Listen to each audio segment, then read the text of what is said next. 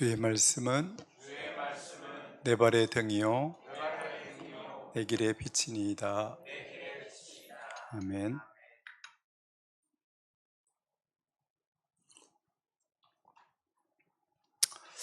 성경학교를 아주 재미나게 행복하게 잘 마쳤습니다. 아이들이 총명하고 똘똘해서 하나님 말씀을 잘 알아듣고 그런 것 같아요.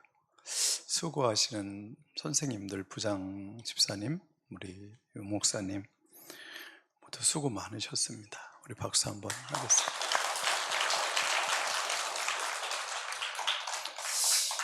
성경학교를 10년 후에도 할 수 있으면 좋겠네요.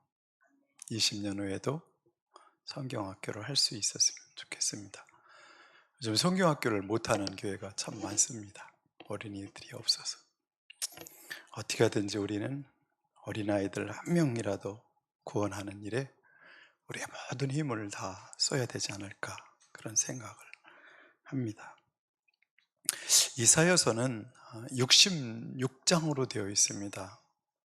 굉장히 길죠. 성경이 전체 66권이잖아요. 1장부터 39장까지는 심판에 관련된 것, 40장부터 66장까지는 다시 하나님께서 어떻게 회복하시는 이야기를 기록하고 있습니다. 그래서 그것도 3927 이렇게 나누기도 하더라고요. 그래서 이사야서는 작은 하나의 성경이다 이렇게 보기도 하고, 신약에서 가장 많이 인용하는 성경이 어느 성경일 것 같아요? 아닙니다. 덫인데 시편입니다. 그리고 다음이 이사야입니다. 그만큼 이사야서는 신약 성경에서 많이 인용되는 성경이기도 합니다. 어떻게 보면 이사야는 심판의 책이라고 볼 수 있어요. 어떻게 보면. 그런데 가만히 보면 그렇지 않고 소망으로 가득 찬 책입니다. 복음으로 가득 찬 책입니다. 그래서 어떤 분들은 이사야를 구약의 복음서다, 제5복음서다 이렇게 말씀하시는 분도 있을 정도로 메시아에 대한 어떤 사상이 아주 가득해 있습니다. 이사야가 예언하던 시대를 1절에서 뭐라고 하죠? 어느 때라고 하죠?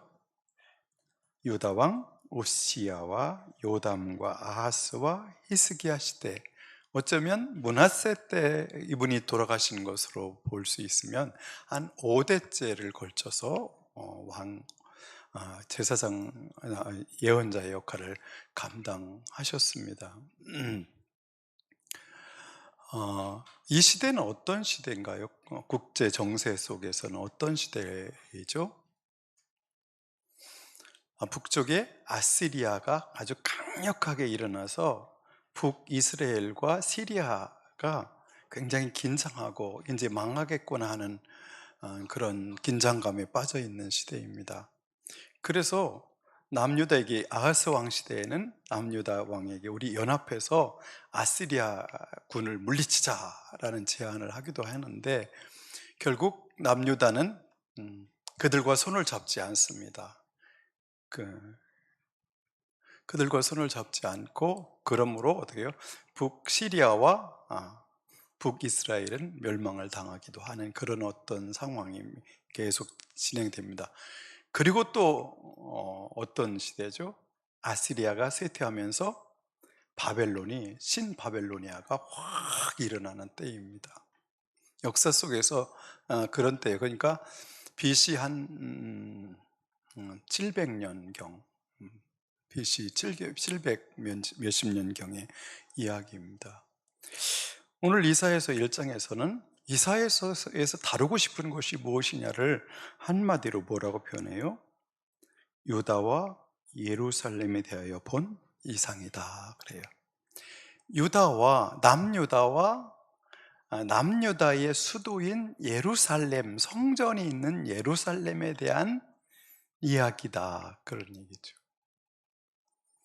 한 도시의 이야기이고, 한 나라의 이야기이고, 한 공동체에 대한 이야기입니다.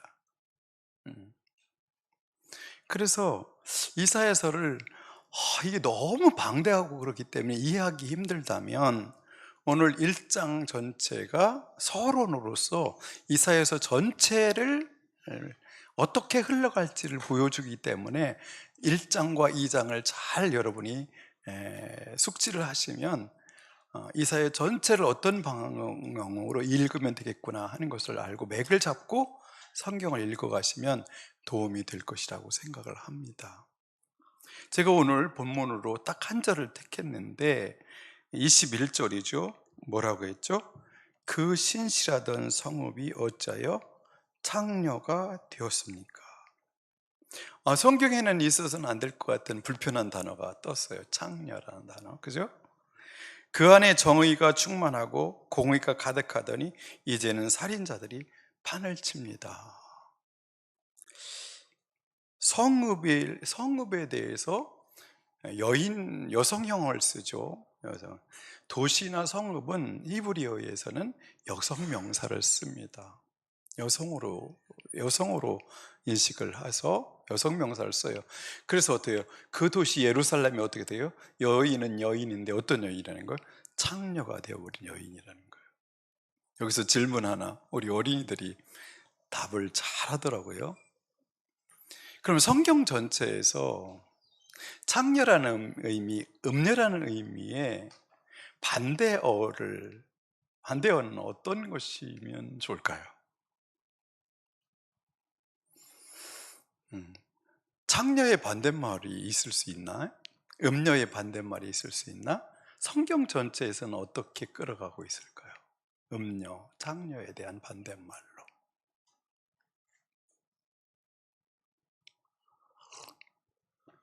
어제 어린이 목요일, 금요일 날 설교 때는 대답 잘하더니 여기 있으니까 대답들 안 하네요. 뭘까요? 창녀에 대한 반대말. 성경에서는 어떻게 쓰고 있을까요? 음녀에 대한 반대말로, 그것은 놀랍게도 신부라는 말입니다. 신부라는 단어로 쓰고 있어요. 신부. 이것을 이제 그래서 이사야서가 예루살렘에 대해서 얘기를 풀어가고 있는데 이거 별로 관심이 없을지 모르는데 저는 1장을 묵상하면서 가슴이 많이 뜨거웠습니다. 성경이 마무리되는 책이 계시록인데 계시록 후반부에 가면 18장이 나오는데 거기에 한 도시가 또 예루살렘처럼 음녀라는 이름을 가지고 있는 도시가 있어요. 어떤 도시죠? 18장, 19장에 가면 음녀 바벨론에 대해서 말하고 있어요. 음녀 바벨론. 여기서는 창녀라고 표현했지만 거기서는 음녀 바벨론이라고 표현하고 있어요.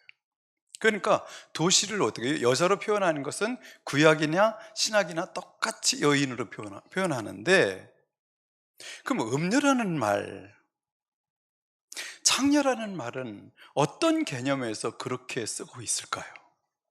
어떤 의미에서?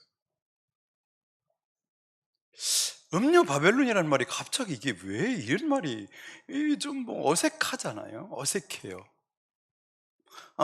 창녀 예루살렘이다. 예루살렘이 창녀가 되었다. 창녀 예루살렘이라는 말도 좀 어떤 뒷배경의 설명이 있지 않으면 이해하기 힘든 단어죠. 근데 이것을 이해하려면 계시록 19장, 20장을 가서 보면 이해가 돼요. 거기에서 어린 양의 신부가 등장해요. 어린 양의 신부. 그러니까 어린 양의 신부가 될 수 있는 도성, 공동체, 사람들은 누구이고 정결하고 거룩한 공동체 존재이고 도성이고 어린 양의 신부가 될 수 없는 존재들을 그런 도성을 어떤 존재라고 보는 거예요? 음녀와 창녀로 보는 거예요. 어린 양은 누구죠? 예수 그리스도죠.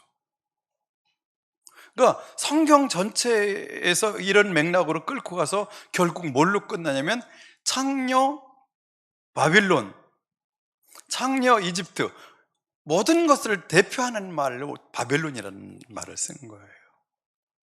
하나님의 신부가 될 수 없는, 예수 그리스도가 신부가 될 수 없는 사회의 어떤 시스템을 갖추고 살아가는 그 악으로 살아가는 모든 세상을 뭐라고 표현하고 있어요? 창녀다, 음녀다 표현하고 있어요. 그 도시의 특징들도 드러나고 있습니다. 그 도시의 특징들이 어떤 것인지를 다 드러내고 있습니다. 그러면 어떤 의미로 창녀와 음녀라는 걸 썼는지가 드러났는데 그게 뭐예요? 하나님의 신부가 될 수 있으면 거룩한 신부고, 그렇지 못하면 음녀요 창녀라고 표현하고 있다는 거죠. 근데 어린 양의 신부 이름이 뭔지 아세요? 요한계시록 21장에서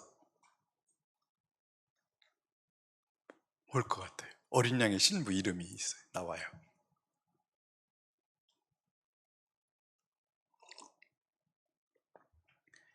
예루살렘이에요. 얘기해주면 뭐 다 아는 것처럼 그렇게 표정을 짓는데 너무 치사합니다. 물론 모른다고 표정도 짓고 뭐 이래야 뭐 이럴 줄도 알고 그래야 되는데 다 아는 것처럼 뭐. 예루살렘인데 그 앞에 새 자가 붙어요. 새 예루살렘이에요. 그러니까 이사야서가 그냥 성경 전체에서 뚝 떨어진 섬과 같은 책이 아니라 어떤 거죠? 성경 전체에 한 성령에 의해서 어떻게 해요? 계시를 받고 쓰여지는 책 중에 어떤 부분이라는 것을 알 수 있어요. 그럼 이사야서는 어떤 이야기를 풀어갈까요? 계시록 19장, 20장, 21장, 22장을 향해서 걸어가는 어떤 부분 중에서 어떤 한 부분을 뜻하는 거죠. 예루살렘이 어떤 이야기예요? 성경 전체는 예루살렘이, 창녀 예루살렘이 새 예루살렘, 어린 양의 신부가 되어가는 이야기예요. 어떻게 하나님께서 창녀 예루살렘을 어린 양의 신부로 만들어 가시는지, 꾸며 가시는지, 어떻게 그렇게 그 예루살렘을 변화시켜 나가는지에 대한 이야기가 성경의 이야기라고 볼 수도 있다는 것이죠. 이사야적 관점에서 보면 그렇습니다.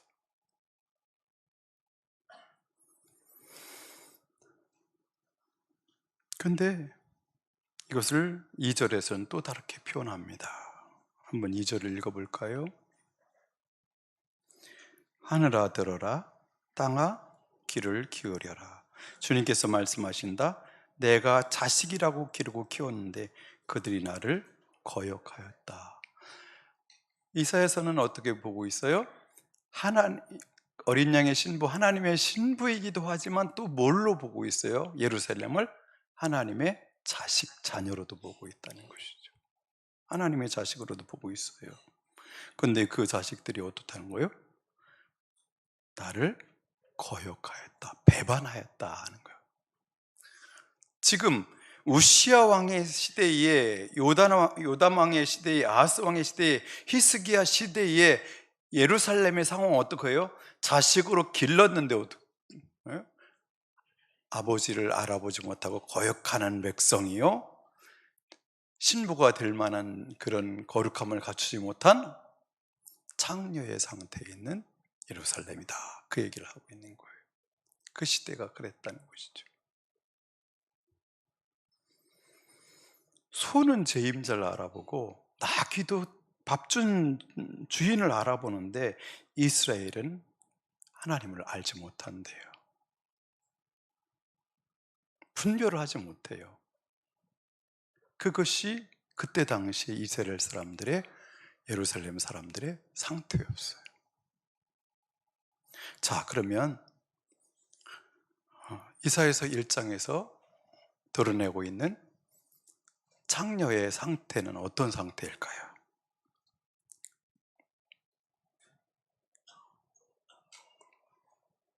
왜 예루살렘을 음녀라고 말하고 있을까요?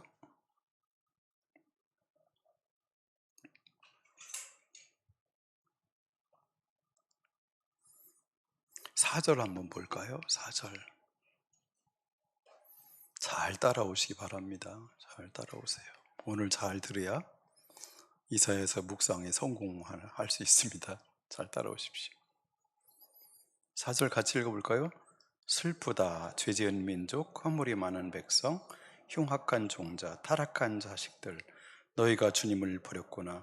이스라엘의 거룩하신 분을 업신여겨서 등을 돌리고 말았구나.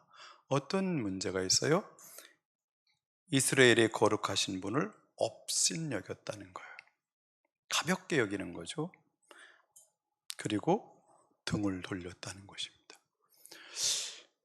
하나님의 신부로서의 그 백성들을 기르고 싶었고, 어떻게요? 자녀로 기르고 싶었는데 그들은 하나님 아버지 자체를, 신랑 되신 그분 자체를 업신여기고 등을 돌려버렸다는 것입니다. 그리고 또 같은 비슷한 특징이 29절에 드러나는데 같이 읽어볼까요? 너희가 상수리나무 아래에서 우상 숭배를 즐겼으니 수치를 당할 것이며 너희가 동산에서 이방신들을 즐겨 섬겼으므로 창피를 당할 것이다.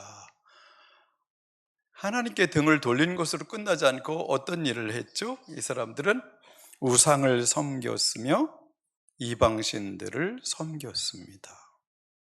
그것이 창녀라고 표현하는 것이죠. 그래서 창녀라고 표현하는 것이요, 하나님을 사랑하지 않고 다른 것들을 사랑하는 그들의 상태가 그렇다는 것이죠. 그러면 이렇게 하나님께 등을 돌리고 업신여기고 그렇게 살아감으로 그들의 삶에서 나타난 특징들이 어떤 것들이 드러날까요? 21절 가겠습니다. 21절. 이제는 하반절에 보면 살인자들이 판을 칩니다. 하나님을 가볍게 여기고 이방신들을 섬기면 이방신들의 가르침, 그들의 이방신을 섬기는 사람들이 가르침대로 살아가는 어떤 특성들이 드러나죠. 그 특성이 뭐예요? 첫째는 사람을, 목숨을 가볍게 여깁니다. 살인합니다. 근데 살인이 목적이 뭘까요? 화가 나서 막 충동적으로 확 죽일 수도 있겠죠. 그렇지만 살인하는 목적이 대부분 뭐죠? 그가 가지고 있는 것을 빼앗기 위함이죠. 두 번째 어떤 특징이 드러나나요? 22절. 네가 만든 은은 불순물의 찌꺼기뿐이고 네가 만든 가장 좋은 포도주에는 물이 섞여 있구나. 경제 정의가 이루어지지 않는 세상이에요. 이건 그들의 어떤 영적인 상태와 지금 그들의 상태를 한마디로 표현하는 것일 수도 있죠. 은은 어떻게 해야 돼요? 은의 가치가 있으려면 은과 금은 뭐예요? 모든 거래의 기준이 되는 거잖아요. 지금도 그렇잖아요. 그죠? 이 시대도 금값이 막 치솟고 은값이 막 치솟는 이유가 뭐죠? 화폐 가치가 그만큼 떨어졌다는 얘기죠. 그죠? 인플레이션이 일어나는 거예요. 계속 채권을 찍어내고 돈을 찍어내는 거죠. 그래서 어떻게 해요? 화폐 가치가 떨어지는 거예요. 옛날에 금 한 돈에 5만 원 할 때와 금 한 돈이 100만 원 할 때에 어떻게 해요? 화폐 한국의 원화 가치가 어떻다는 거죠? 그렇게 아주 형편없이 원화 가치가 떨어졌다는 거예요. 그만큼 은과 금은 모든 어떤 거래의 기준점이 되는 것인데, 기준이 되어야 되는 것인데, 그 기준이 되어야 되는 은이 어떻게 됐어요? 찌꺼기뿐이에요. 은 자체가 기준점이 되는 것 자체가 기준점이 될 수 없을 정도로 아주 찌꺼기화 되어 버렸다는 거죠. 이것은 뭘 뜻해요? 그들의 영적인 상태가 지금 찌꺼기처럼 되었다는 거예요. 그들의 삶의 상태가 어떻게 찌꺼기처럼 되어 버렸다는 거예요. 최상급 포도주를 봤는데 최상급 포도주를 샀더니 어떻게 해요? 거기에 물을 탔더라 하는 거예요. 먹을 수 있어요? 은도 쓸모가 없고 포도주도 쓸모가 없어요. 그들이 생산해낸 모든 것들은, 그들이 삶을 통해서 생산해낸 모든 것들은 다 무가치한 것들이고 쓸모없는 것들이 나온다는 것이죠. 그 상태가 되어버려요. 또 무슨 문제가 생깁니까? 23절 보면 너희 지도자들은 주님께 반역하는 자들이다. 지도자들의 문제가 일어나요. 지도자들은 주님께 반역하는 자들이요 도둑의 짝이다. 이들은 어떤 사람들이요?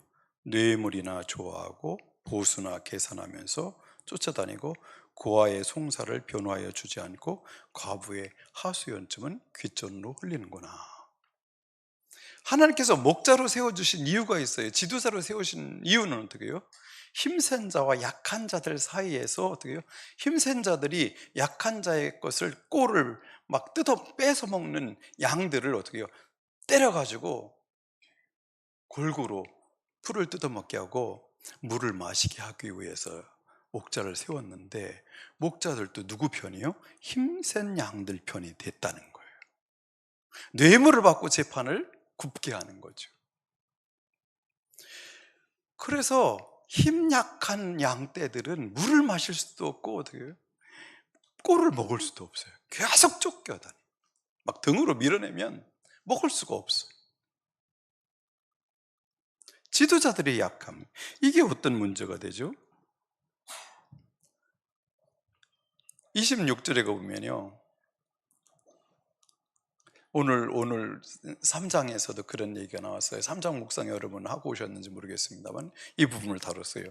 옛날처럼 내가 사사들을 너에게 다시 세우고 처음에 한 것처럼 슬기로운 지도자들을 너에게 보내주겠다. 그래요. 오늘 본문에서, 오늘 3장에서 어떤 이야기가 나왔었죠?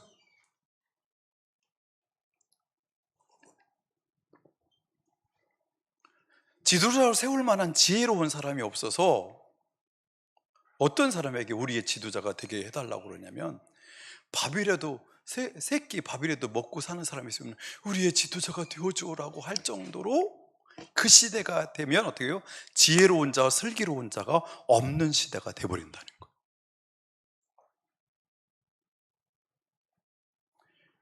공평과 정의를 행하기는커녕 자기 삶도 끌어나가기 힘든 사람들이 지도자로 세워지는 시대라는 거예요. 그런 사람조차도 지도자로 세우려고 해도 없더라는 거예요.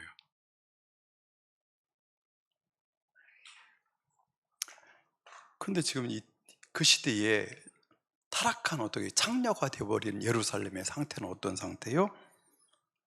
도둑에 짜게 되고 돈을 받고 재판을 그르치고, 그래서 계속해서 어떻게 해요? 불의가 성하는 그런 세상이 계속되고 있더라, 그런 얘기죠.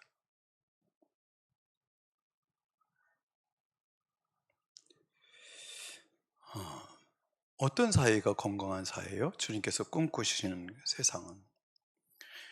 그렇다면 이렇게 열심히 사람들이 뭘 위해서, 여기 있는 사람들이 전부 뭘 추구하죠? 살인을 하는 자들도 그렇고 재판을 굽게 하는 자들도 그렇고 남의 이웃 것을 탐하는 사람들도 그렇고 전부 무엇을 위해서 그러죠?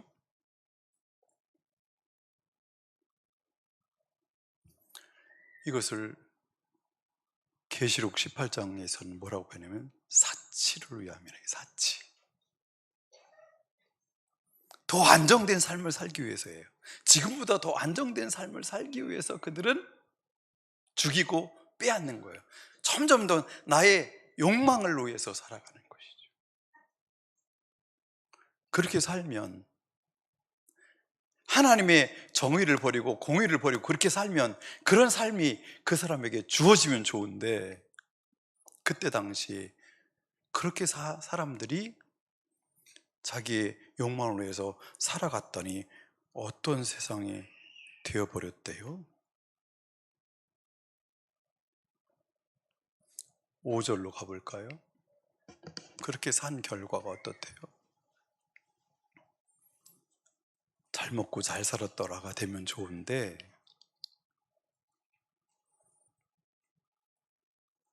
읽어볼까요? 어째 너희는 더 맞을 일만 하느냐? 어째 여전히 배반을 일삼느냐?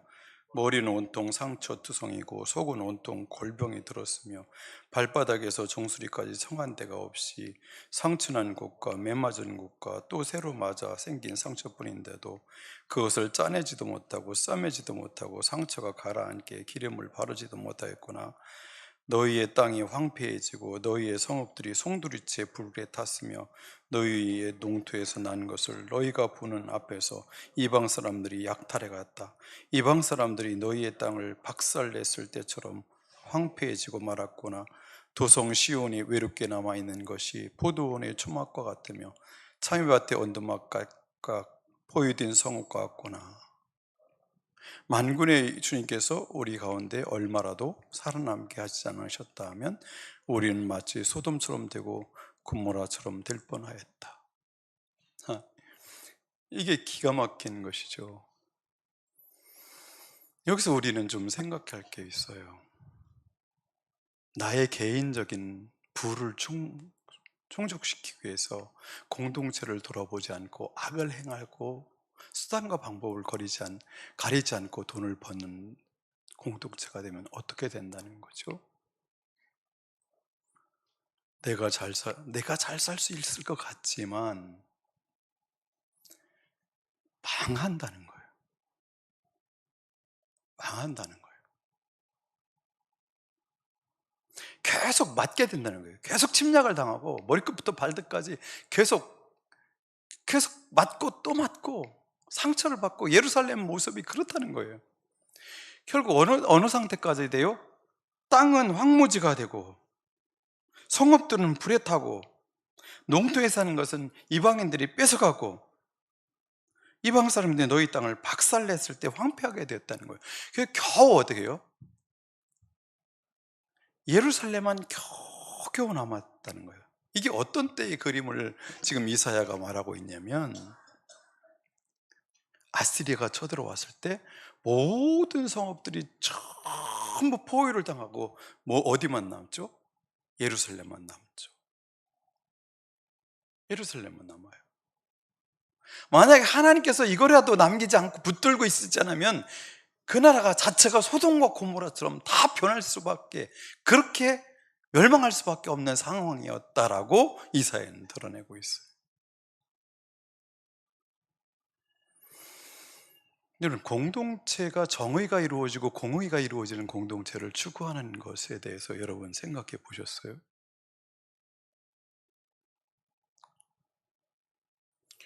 구약에서 그렇게 공의와 정의를 얘기하고 있는데 그것이 우리의 살 길이라는 것을 여러분 마음속 깊이 깨닫는 적이 있으셨어요? 아니, 수단과 방법을 가리지 않고 내 계좌에 돈이 늘어나야 안정되다고 생각할 수 있어요. 그러나 역사를 통해서 배워야 됩니다. 공동체를 돌아보지 않고 내 주머니만 챙기는 사람들은 그 공동체는 망합니다. 망합니다. 그 상태를 또한 성경은 뭐라고 그래요? 예수님의 신부가 될 수 있는 창녀다, 이렇게 말하고 있습니다.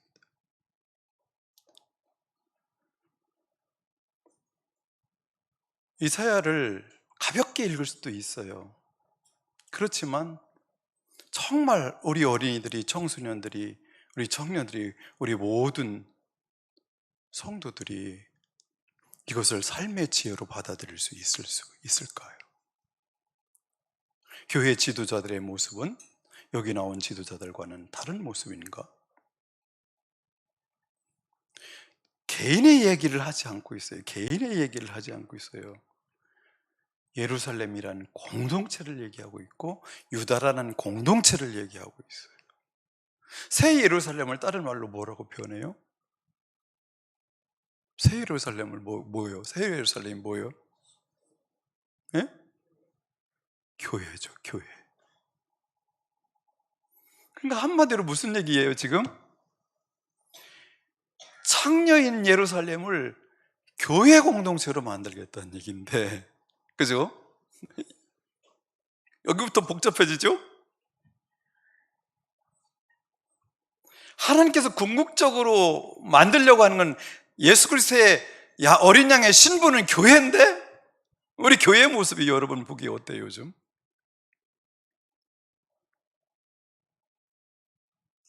이 땅의 교회들의 모습이 어떻고 우리 교회의 모습은 어때요? 어린 양의 신부의 모습이에요? 아니면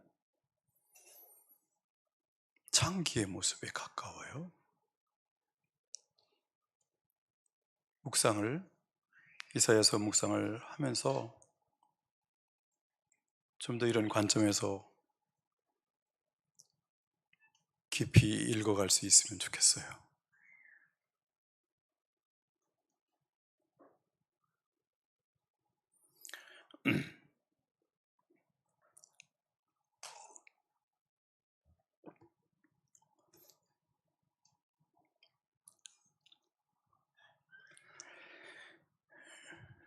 요즘 우리 어린이들, 청소년들을 보면서 가장 걱정되는 게 뭐죠?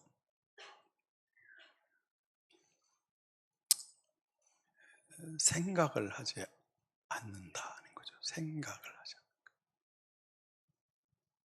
어떤 분은 그러다 눈을 마주치고 대화를 할 줄을 모르는데요. 눈을 마주치기를 두려워하고 상대방이 하는 얘기를 듣지를 못하는데요. 상대방이 하는 얘기를 귀 기울여 들을 수가 없어요. 그게 어른이든 누구든 대화를 할 수 없어요.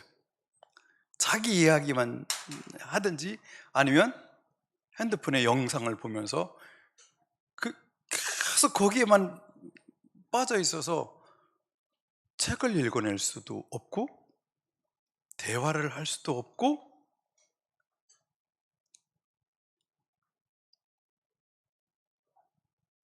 그런 상태로 가는데, 지금 어린이와 청소년의 문제예요. 이게 어른들의 문제죠.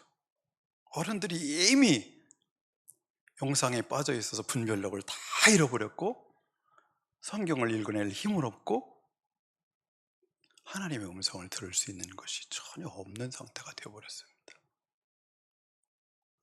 여러분, 이번에 이사야서를 한번 읽어내 보십시오.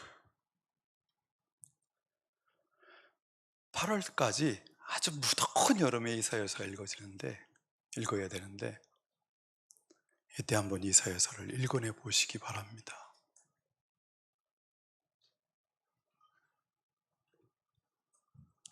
자, 그러면 하나님께서는 이 창녀를 어떻게 하실까요? 그것까지 하고 마치야죠. 그것까지 여기서 얘기하고 있어요. 다루고 있어요.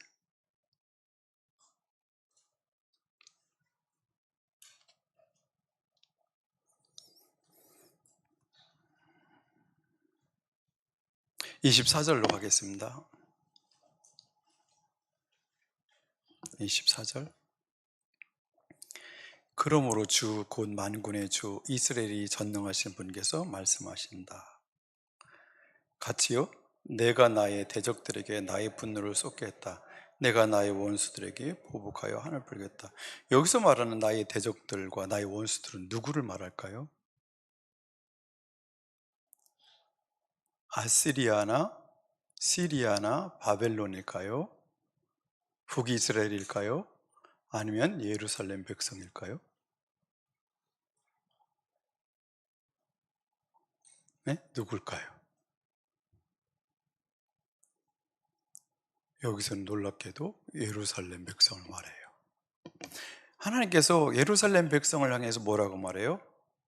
나의 대적들, 나의 원수들에게 보복하겠다고 말씀하세요. 근데 거기서 끝나는 게 이사야가 아니에요. 25절이 있어요. 26절도 있고. 25절 같이 읽어볼까요? 이제 다시 내가 너를 때려서라도 잿물로 찌꺼기를 깨끗이 씻어내듯이 너를 씻고 너에게서 모든 불순물을 없애겠다. 대적같이 살아가는 그 사람들에게 심판하는 이유가 뭐래요? 그 목적이 깨끗이 씻어내기 위함이에요. 모든 불순물을 없애기 위함이에요. 저는 이 옛날에 기술이 발달하지 못할 때, 이걸 터득하지 못할 때, 불을 사용하지 못할 때 사람들은 토기를 이렇게 구워내질 못했어요. 못 구워냈죠. 그냥 뭉쳐놔서 이렇게 아무리 모양을 만들어도 이걸 높은 열에 구워내지는 못하면 아무 쓸모가 없어요. 물만 한 번 닿으면 그건 끝나요. 그래서 기술이 덜 발달할 때는, 불을 사용할 수 없을 때는 한 600도, 700도 정도에서 구워냈겠죠. 근데 이게 막 1500도, 1600도, 1700도 막 이런 고열에 의해서 구워내면 그때는 이제 작품이 될 수 있습니다. 이때부터 하나님께서 이스라엘 백성을 통해서 이제 어떤 일이 벌어지죠? 이사야를 통해서 보는 게, 이 예루살렘도 바벨론에 멸망을 당합니다. 그리고 포로로 끌려가고 70년 동안 포로 생활을 합니다. 그러다가 다시 돌아옵니다. 이런 이야기가 이제 쭉 펼쳐집니다. 그것이 이제 하나님께서 그들을 때리고 영광로에 넣어서 정결케 하시는 그런 장면입니다. 26절도 가볼까요? 같이요. 옛날처럼 내가 사사들을 너에게 다시 세우고 처음에 한 것처럼 슬기로운 지도자들을 너에게 보내주겠다. 그런 다음에야 너를 의의 성읍, 신실한 성묘라고 부르겠다. 다시 회복하는 얘기도 하는데, 회복할 때 어떻게 해요? 슬기로운 지도자들을 세우는 거예요. 슬기로운 지도자들을. 그리고 27절까지 보고 마칠까요? 같이요. 시온은 정의로 구속함을 받고 회개한 백성은 공의로 구속함을 받을 것이다. 이 말씀이 무슨 말일지 집에 가서 묵상해 보십시오. 예수 그리스도의 보혈의 피로 구속한다는 말을 하지 않고 뭐라고 그래요? 정의와 공의로 구속한대요. 네, 여기까지만 하겠습니다. 듣는 태도가 여기까지 알려주면 내가 손해인 것 같아가지고 딱 여기까지만 하려고 하겠습니다. 이거 희한한 말이죠, 그죠? 공의로 구속하고 정의로 구속한다, 도시가. 무슨 말일까요? 기도하겠습니다.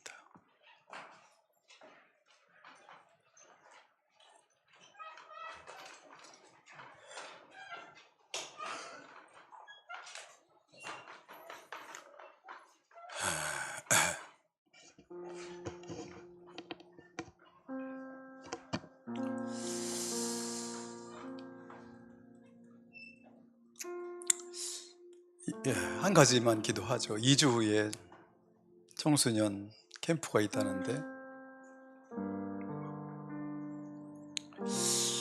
귀가 열려지기를 위해서 한번 기도할까요? 아이들이 말씀을 들을 수 있는, 말씀이 들을 수 있고 말씀에 좀 관심을 갖게 할 수 있을까? 이 시대 아이들에게 말씀을 듣고 막 눈물 흘리며 회개하는 그런 역사를 이 시대 청소년들도 할 수 있을까?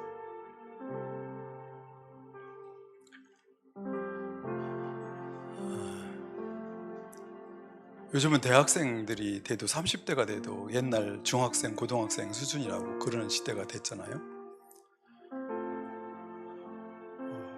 우리 전수사님 혼자 싸우지 않게 해주시고, 우리 교사들 2사람, 3사람 셋이 싸우지 않게 하시고,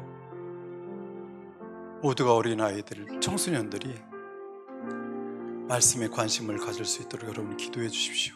2주 동안 기도해 주셔서 귀가 열려 듣게 하시고 영혼이 하나님 말씀으로 뜨거워지고 회개하는 역사가 일어나고 자신의 상태를 바라볼 수 있는 눈을 열어달라고 여러분 기도해 주십시오.